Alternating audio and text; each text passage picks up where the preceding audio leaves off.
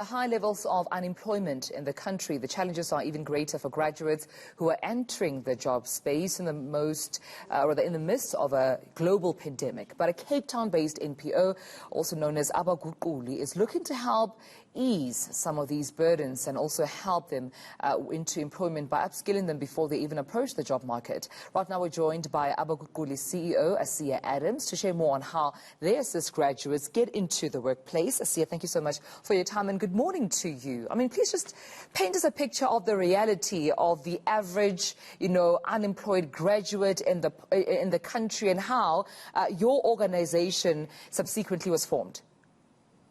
Hi, good morning. Thanks. I think we all know the harsh reality is that before, back in the day when you had matric, I think you made it in life, and you could enter the job market. Unfortunately, it's not the case anymore. And there are so many, not just unemployed matriculants, but unemployed graduates out there. And working in the 4R sector, I serve on the board of the 4R Committee for South Africa.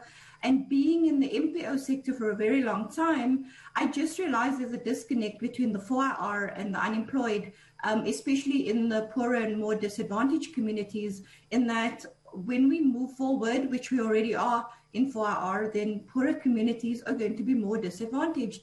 And I just looked at it and thought, how do we connect the dots, how do we get kids or young people or graduates to be upskilled, to not be employable per se. And I just wanted to make this clear. My aim was never to make anyone employable. My aim was to make people more sustainable and economically dependent, because I don't know if there are enough jobs or if their skills match currently is correct. So I wanted people to be freelancing, to be entrepreneurs, to be starting cooperatives and start on their own, which is easier in the 4R space.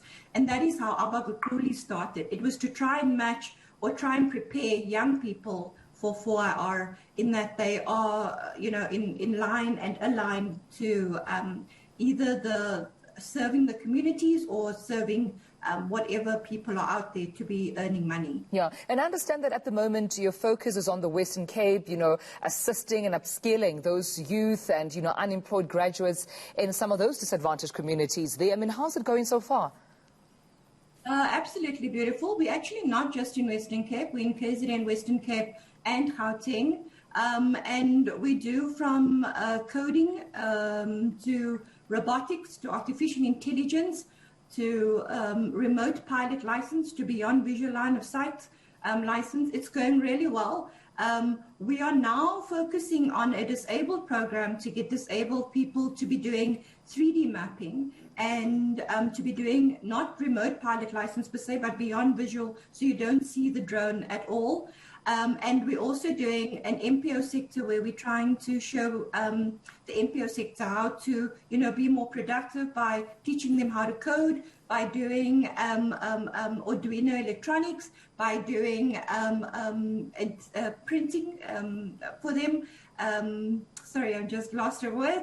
And so they can start on their own, and then they can do, 3D printing, that's the word. Right. And then they can start their own, with their own organization, just become better. Under 2,000 Rand, you can build your own PC after you've done the coding. It's all about sustainability. That is our mission. So because now you've diversified to other provinces, other communities, how can community members assist you in this initiative? Because I can't imagine it being easy. Oh, not easy at all.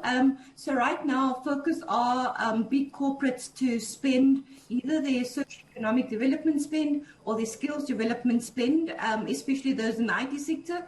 Community members, there are so many skilled people out there that can help us. Everyone has their own skill, whether it be digital marketing, social media. Please, if you're able to come forward, we'd appreciate your skill.